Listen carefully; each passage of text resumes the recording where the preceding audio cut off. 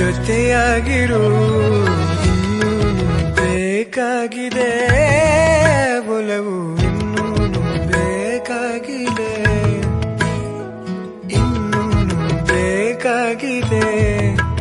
ಒಲವು ಇನ್ನೂನು ಬೇಕಾಗಿದೆ ಸೋಕಿನ ಮೌನ ತಂಗ